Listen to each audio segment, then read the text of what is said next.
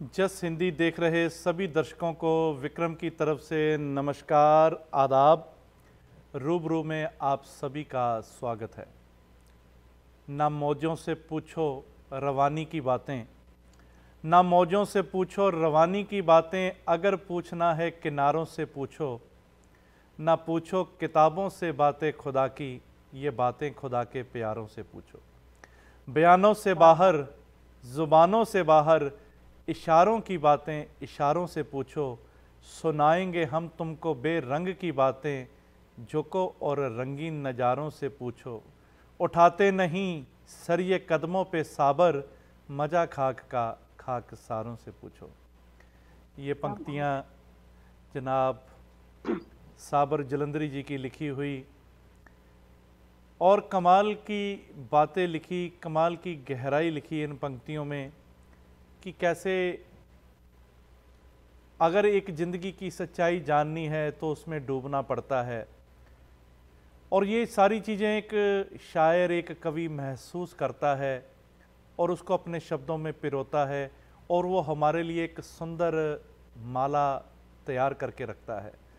आज चाहे कितने भी युग हो गए, कितनी सदियां हो गई, आज भी हम पुरातन जब कवियों की महाकाव्य पढ़ते हैं और ऐसा लिटरेचर हम पढ़ते हैं जो एक अनमोल खजाने हमारे लिए वो छोड़ कर गए हैं, तो हमारे लिए वो बहुत ही एक ऐसी चीज़ें साबित होती हैं को जीवन में जिनका हम बहुत एक सुंदर तरीके से उनका उपयोग कर सकते हैं।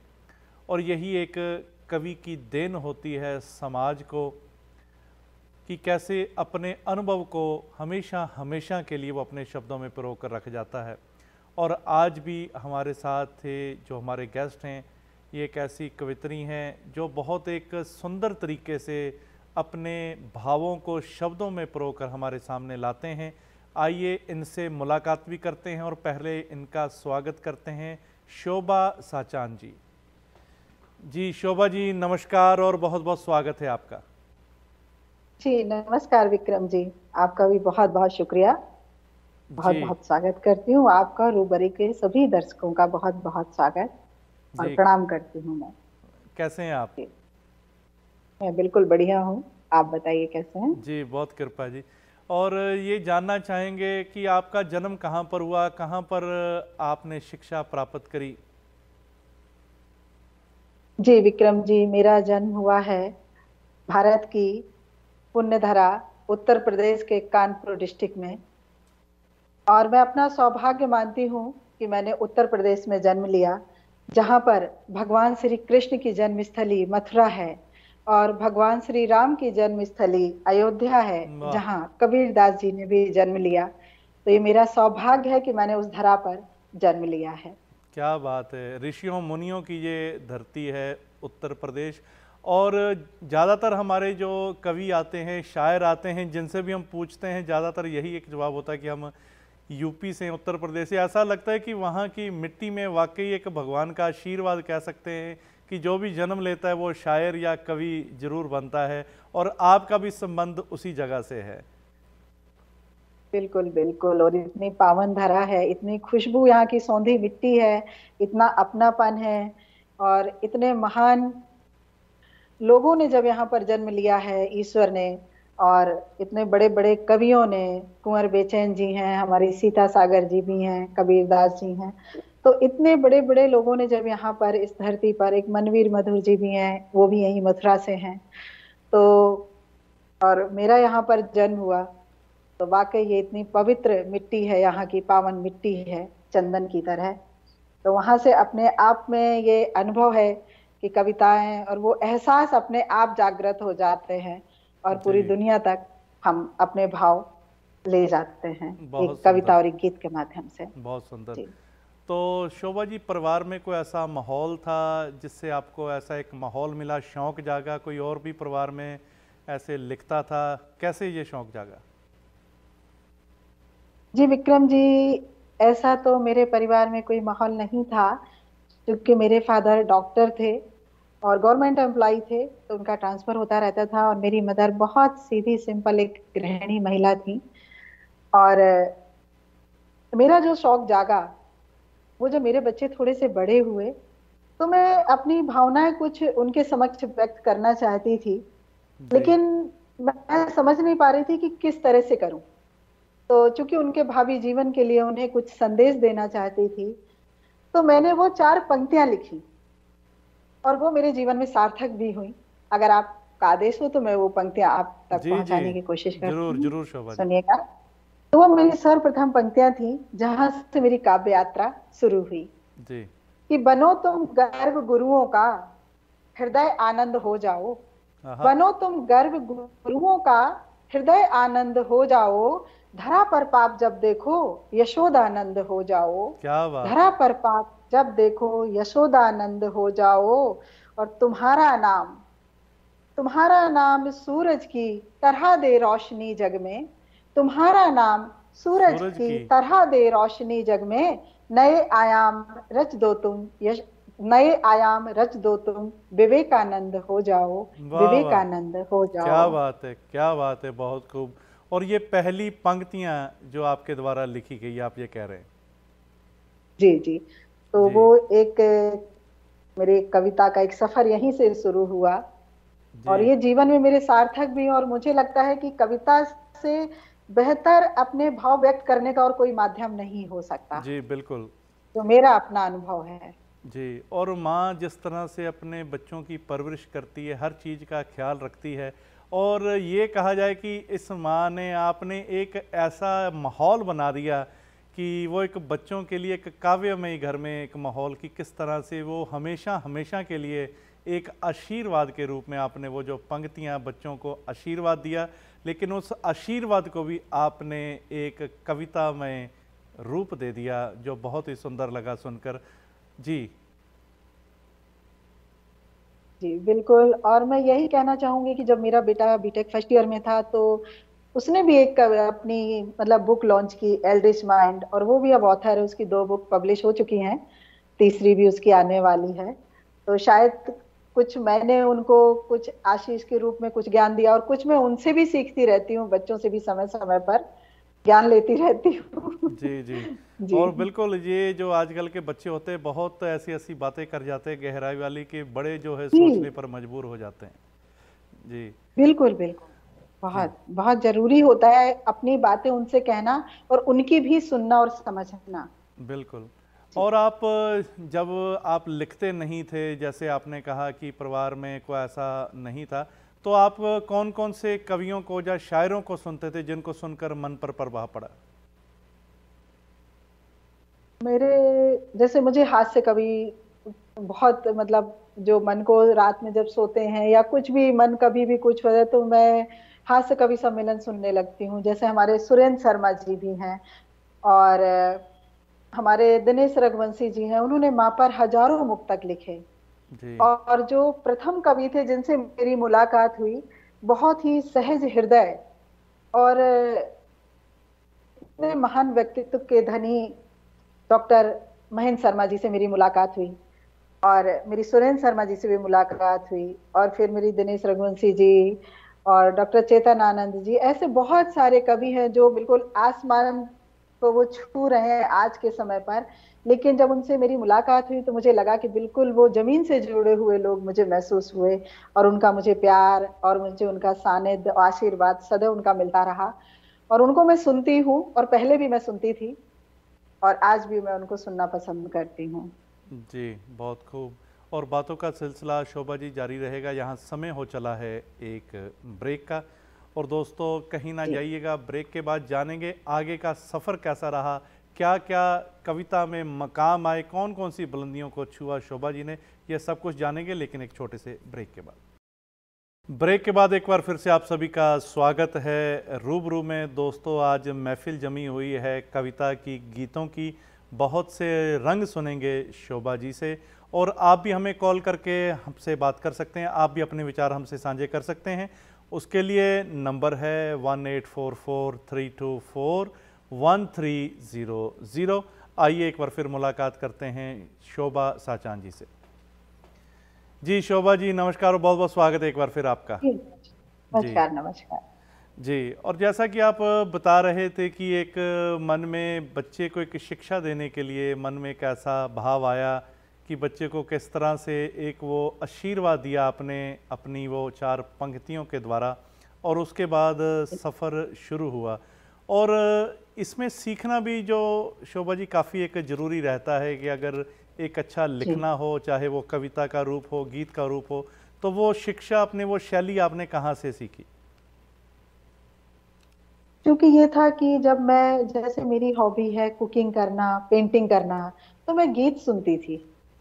संतोष आनंद जी के गीत, जिंदगी की ना टूटे लड़ी, और ऐसे बहुत सारे गीत हैं जो मेरे मतलब फेवरेट हैं, जिनको मैं सुनती थी। तो कहीं ना कहीं जब मैं गुनगुनाती थी, तो फिर उनके जब जो फिर स्वतः जो भाव उत्पन्न हुए, उनको भी मैंने गीतों का रूप दिया। और कहीं कुछ अटक जाती थी, तो जैसे मैंने बताया कि हमारे सुरेंद्र शर्मा जी हैं, और दिनेश रघुवंशी जी हैं, चेतन जी हैं, तो मैं इनसे कहीं ना कहीं कोई एक सलाह मशवरा उनसे मिल जाता था। तो जब वो मुझे ओके कर देते कि हाँ ये गीत तुम्हारा परफेक्ट है, तब मैं उसको मंचों पर ले जाती थी। जी, तो शोभा जी कुछ हो जाए, आपके गीतों का कुछ रंग हो जाए।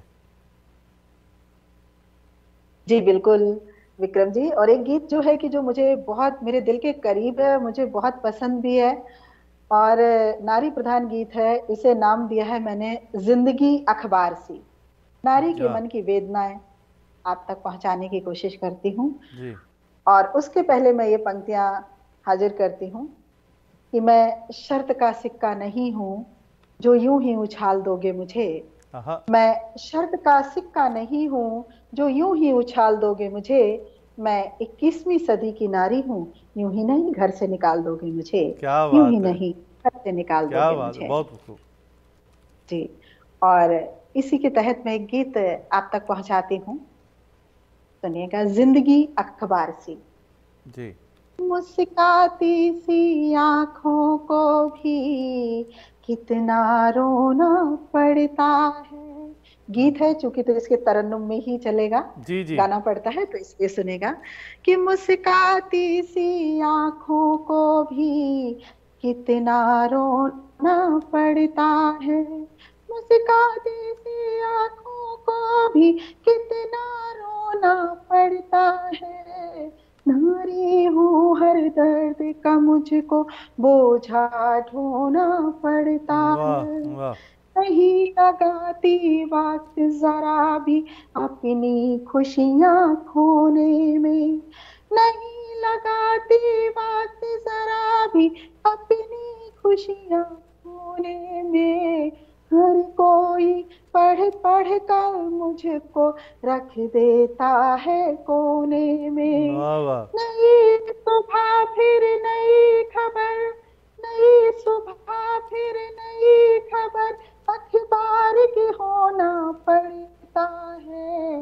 नारी हूँ हर दर्द का मुझको बोझा ढोना पड़ता पढ़ता है, है। वाह वाह। मीरा को भी विष का प्याला प्रेम में पीना पड़ता है। वाह। माँ सीता को अग्नि परीक्षा देकर जीना पड़ता है। थोड़ा पाने की चाहत में, थोड़ा पाने की चाहत में क्या क्या खोना पड़ता है। नारी हूँ हर दर्द का मुझको बोझा ढोना पड़ता पढ़ता है। है। और अंतिम बंद देखिएगा इसका। जी। खामोशी की परिभाषा में शामिल होती रहती हूँ। खामोशी। खामोशी की परिभाषा में शामिल होती रहती हूँ। कदम कदम पर तूफानी चालों में घिरती भाई वाह, रहती बहुत हूँ। खूब। दुल्हन बनकर जली कभी, दुल्हन बनकर जली कभी, कभी निर्भया होना पड़ता है।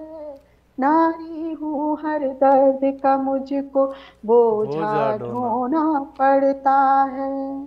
मुस्काती सी आंखों को भी कितना रोना पड़ता है, कितना रोना पड़ता है। बहुत खूब शोभा जी, कमाल लिखा आपने। और आपका जो अंदाज है गीत को गाने का, वो भी बहुत सुंदर है, बहुत प्यारा अंदाज है आपका।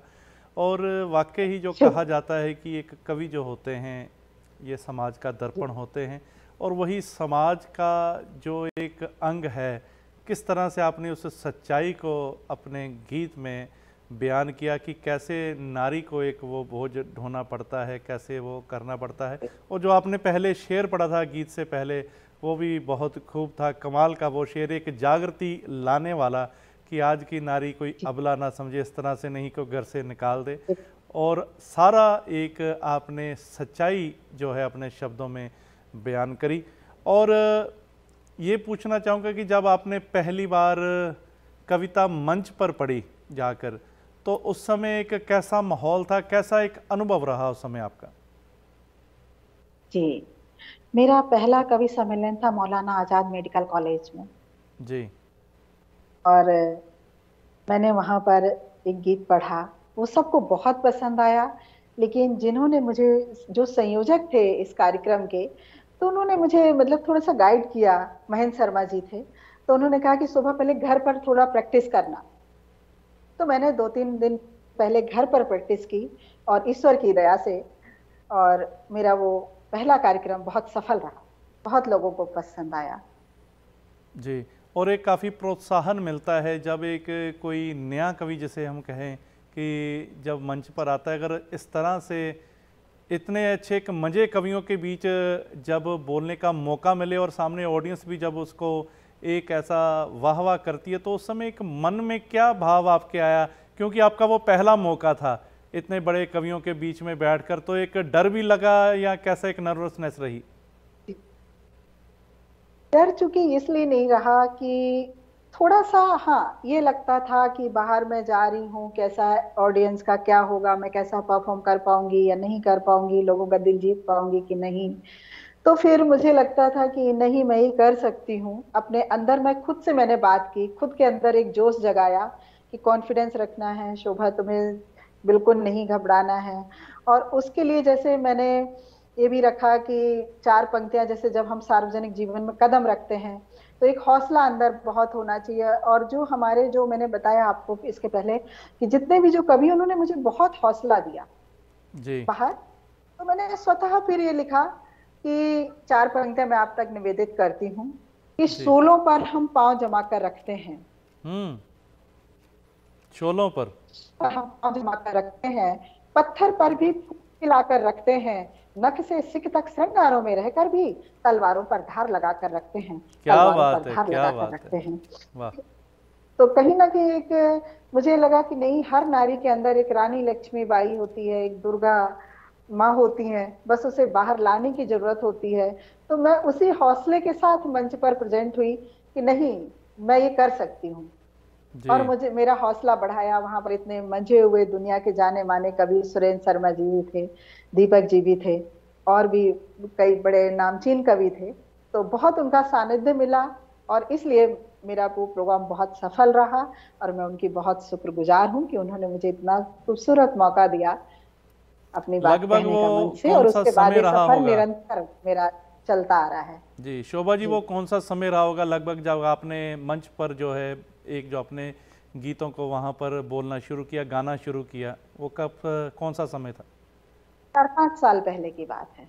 जी। जी, 4-5 और साल उसके पहले बाद की फिर बात है। उसके लगातार पहले एक जो वो। मैंने लिखी थी, जी। जी, तो न्यूज़पेपर, पत्र पत्रिकाओं में मेरी कविताएं मतलब पब्लिश होती थी।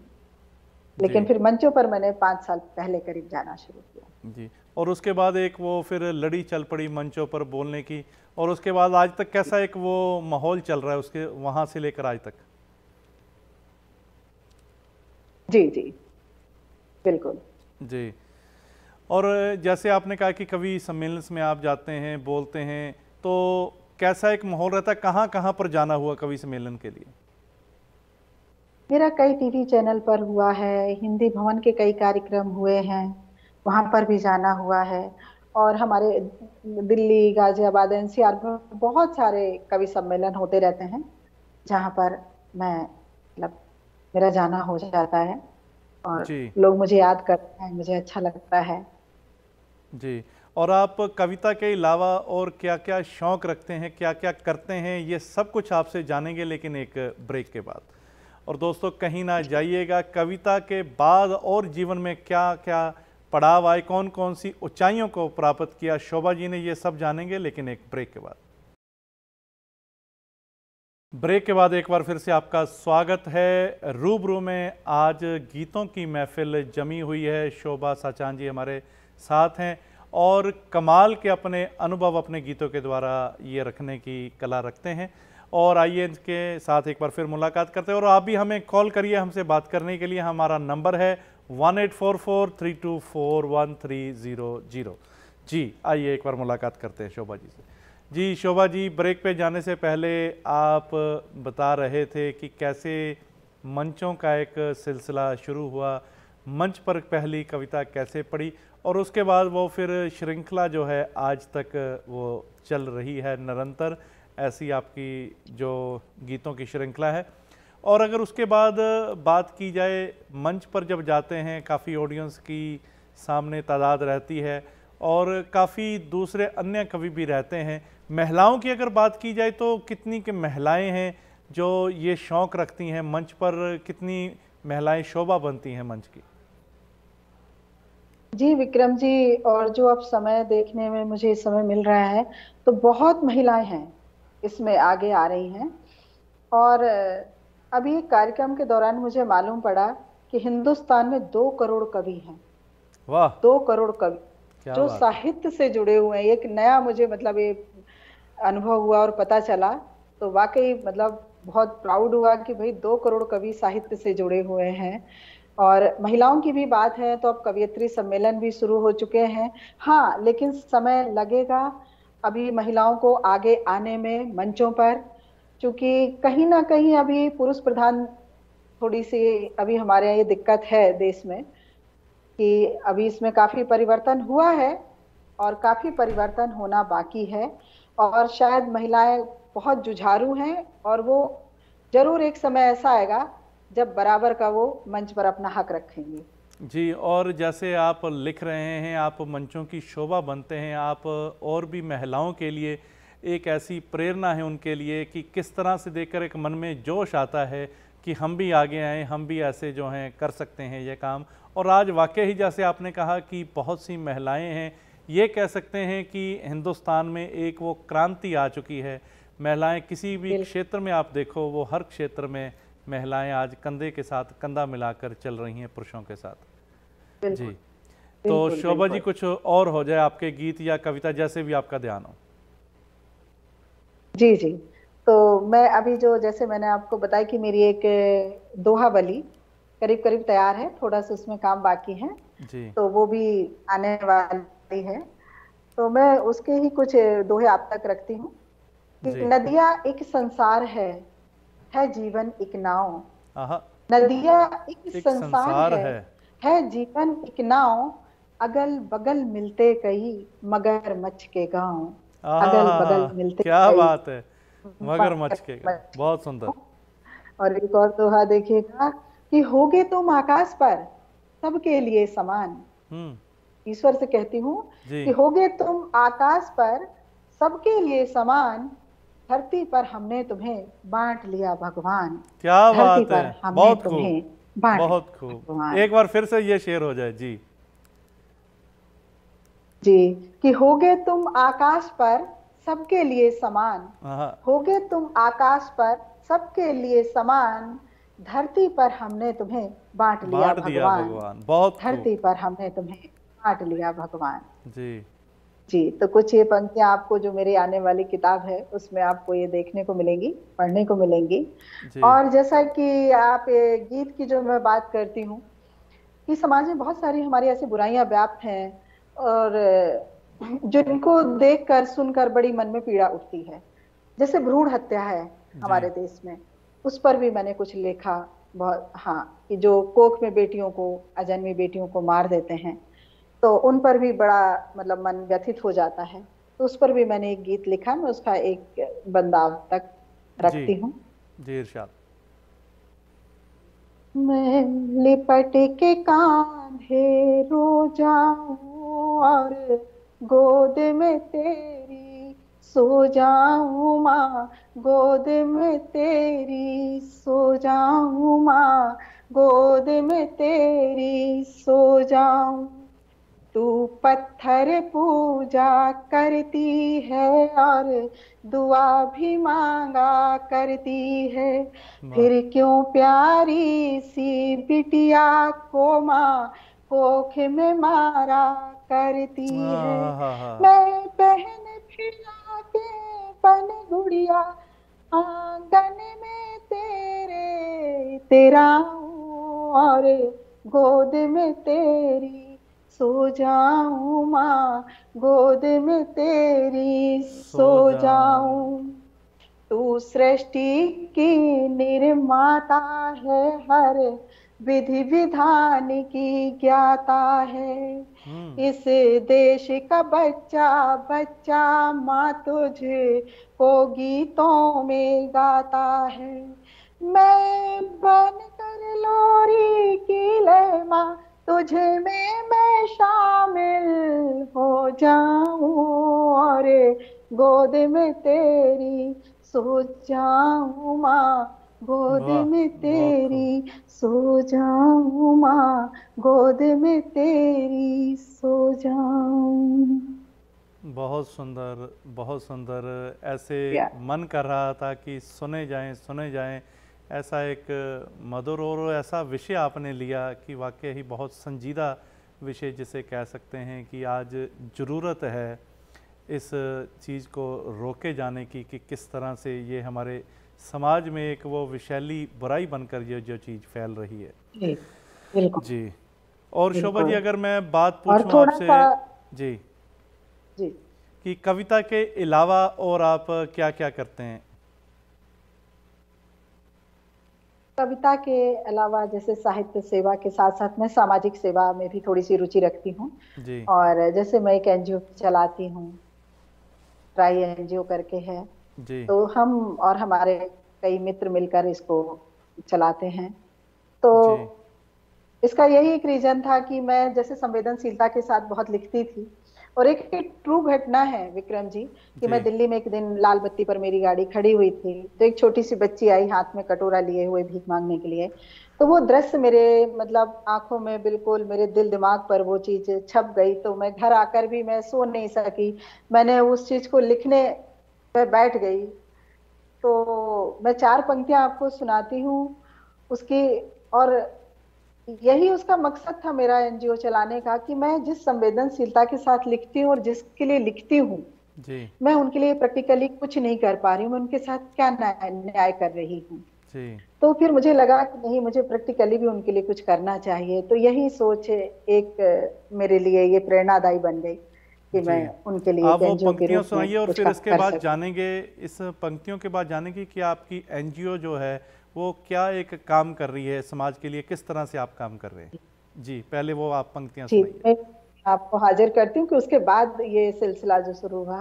जी कि आसमानी सामियाने में मैं रहती हूँ, आंसुओं की धारा में मैं रोज बहती हूँ। उस बच्ची के मन की पीड़ा व्यक्त करती हूँ मैं, जी कि आसमानी सामियाने में मैं रहती हूँ, आंसुओं की धारा में मैं रोज बहती हूँ।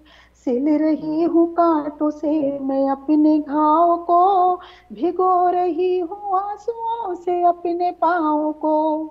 पूछ रही खुद से ही अपने आप को, छू सकेगी क्या जमीन आसमान को। वाह। आंख में भरे हैं तारे चमके बार बार, बंद किए भाग्य ने क्यों मेरे लिए द्वार। जीने के लिए जिंदगी से रोज लड़ती हूँ, जीने के लिए जिंदगी से रोज लड़ती हूँ। आंसुओं की धारा में मैं रोज बहती हूँ, आंसुओं की वाह, धारा में मैं रोज बहती हूँ। बहुत खूब शोभा जी, वाकई आपने बखूबी उस बहुत बहुत मर्म को शुक्रिया। समझते हुए, ध्यान में रखते हुए ये पंक्तियाँ लिखी कि एक बच्ची का दर्द जो है जी क्या वो एक महसूस करती है अपने मन में। जी। और जैसा कि मैंने शोभा जी बिल्कुल आपसे बिल्कुल, पूछा था मुझे कि जो लगा आपने कि भी। एनजीओ बनाई जी वो क्या काम करती है और कैसे आप जी। इन सभी चीज़ों को आप अंजाम देते हैं। जी, इसके लिए हम एक फूड फूड एंड एजुकेशन पर ही मेरा अभी फिलहाल एनजीओ काम करता है, और हाइजीन वगैरह पर भी महिलाओं के। तो इसके लिए क्या है कि करीब 100 बच्चे हैं जिनको हम डेली फूड प्रोवाइड कराते हैं। और क्योंकि मुझे लगता है कि पेट भोजन बहुत आवश्यक चीज है, जी और बहुत बच्चे इतने हैं कि उनको भरपेट भोजन नहीं मिलता है।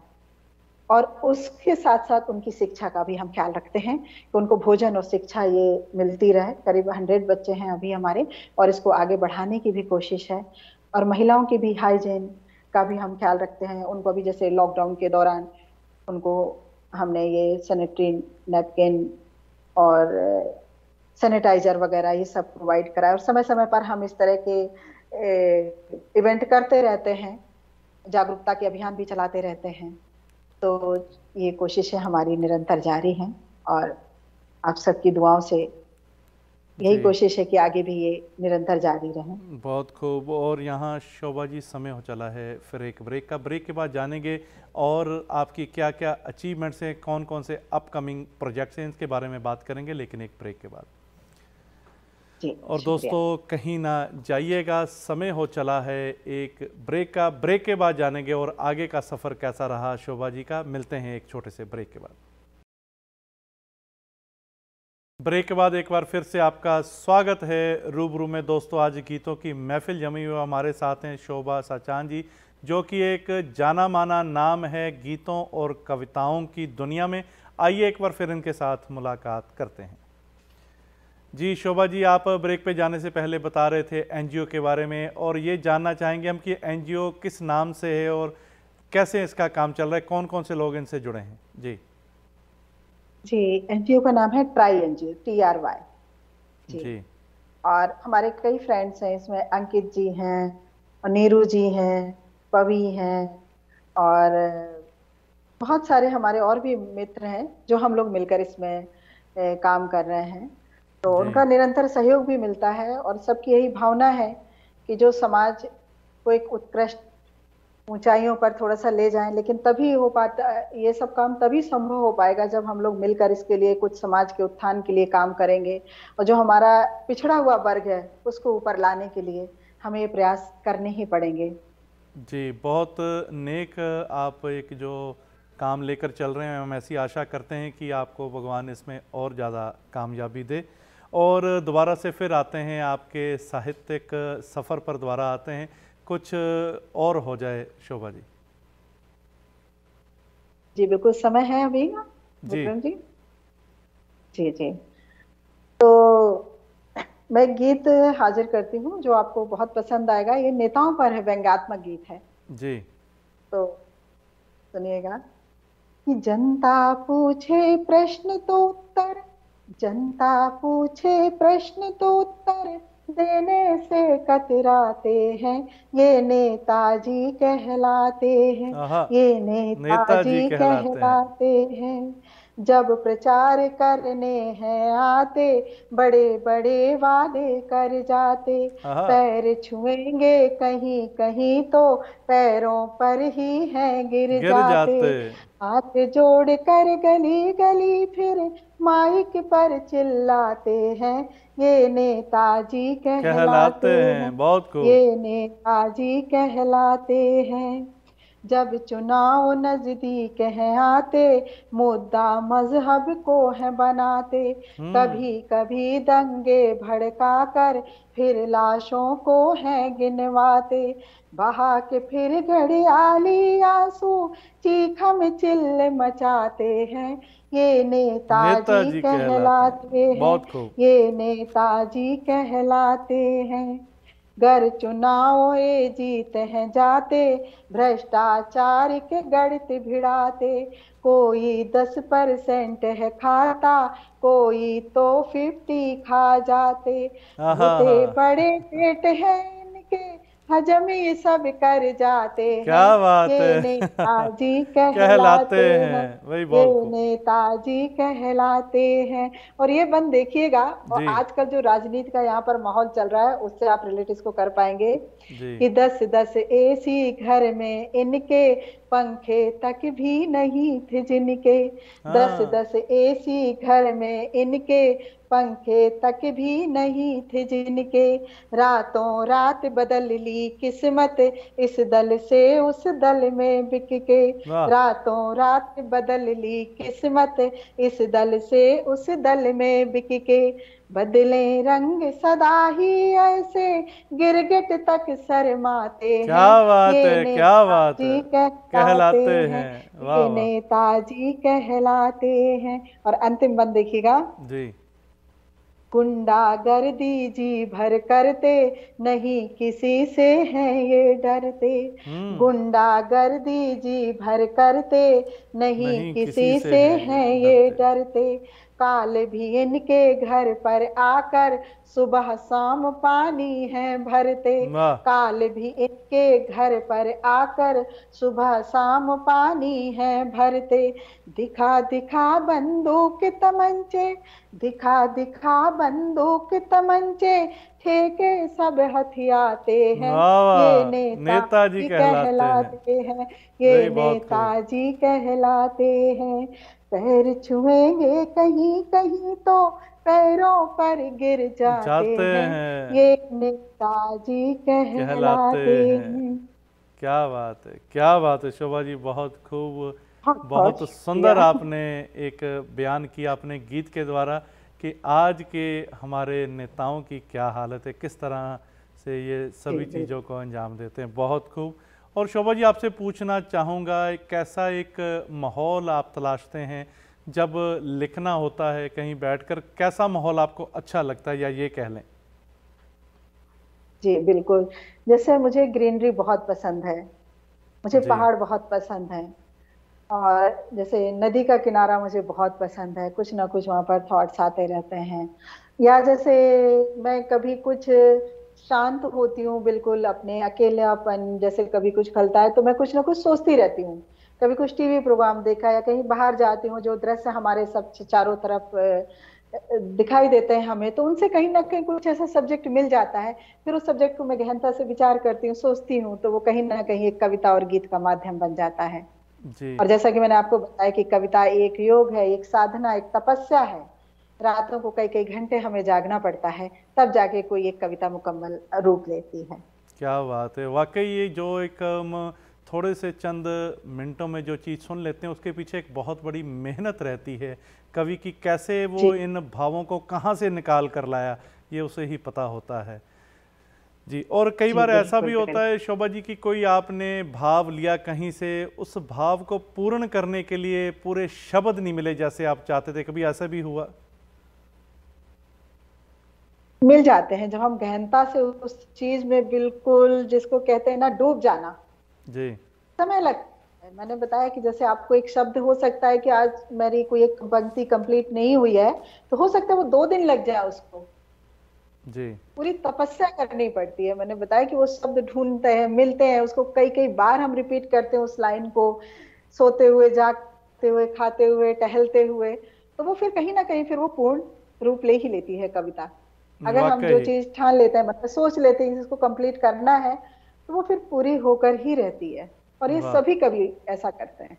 जी, आपने जी बहुत खूब कहा कि वाकई ये एक तपस्या है, और जब हम तप करते हैं, त्याग करते हैं, फिर वो फल निश्चित ही भगवान हमारी झोली में प्रसाद रूप में वो बिल्कुल। डालते हैं।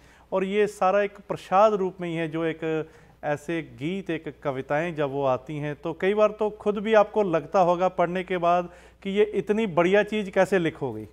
कई बार ऐसे होता है मन में, आपके साथ भी ऐसे जी हुआ होगा। बिल्कुल बिल्कुल, मैं उसको कई कई बार पढ़ती हूँ, फिर खुद भी यकीन लगता है कि अच्छा मैंने ही लिखा है, वाकई। फिर मैं बच्चों को भी सुनाती हूँ कि अच्छा ये कैसा है, थोड़ा सा उनसे उनकी राय लेती हूँ, जी। तो फिर वो जब ओके कर देते हैं कि हाँ मामा ये चीज ठीक है, और वो कमी भी बता देते हैं, और मुझे अच्छा लगता है। मैं कहती हूँ कि इसमें कहाँ पे क्या कुछ कमी पड़ रही है, कोई शब्द है, कुछ भी है। फिर जैसे मैंने बताया कि हमारे जिनको मैं महेंद्र शर्मा जी हैं, हमारे दिनेश जी हैं, और ये चेतन जी हैं, तो इनसे भी कई बार फिर उनको भी मैं सुनाती हूँ कि ये गीत, तो वो जब वाह वाह करते हैं कि शोभा बहुत खूब, तो बहुत अच्छा लगता है, मन को बड़ा सुकून मिलता है, बड़ी तसल्ली मिलती है, बड़ा सुख जिसको कहते हैं ना, वो जी। मिलता है। और अगर अपकमिंग प्रोजेक्ट, जैसे आपने बताया आपकी वो एक दोहा वाली वो पुस्तक आ रही है, उसके बारे में आप बताइए कि क्या और भी क्या आपके जो अपकमिंग प्रोजेक्ट्स हैं उनके बारे में बताइए। जी, अभी दोहा वाली ही मेरी एक मतलब तैयार होने ही जा रही है। थोड़ा सा उसमें काम बाकी है, कुछ घर की ऐसी व्यस्तताएं थी कि थोड़ा सा उसमें काम मेरा रुक गया था। तो वो जल्दी ही आपको शीघ्र आपके समक्ष होगी वो किताब मेरी।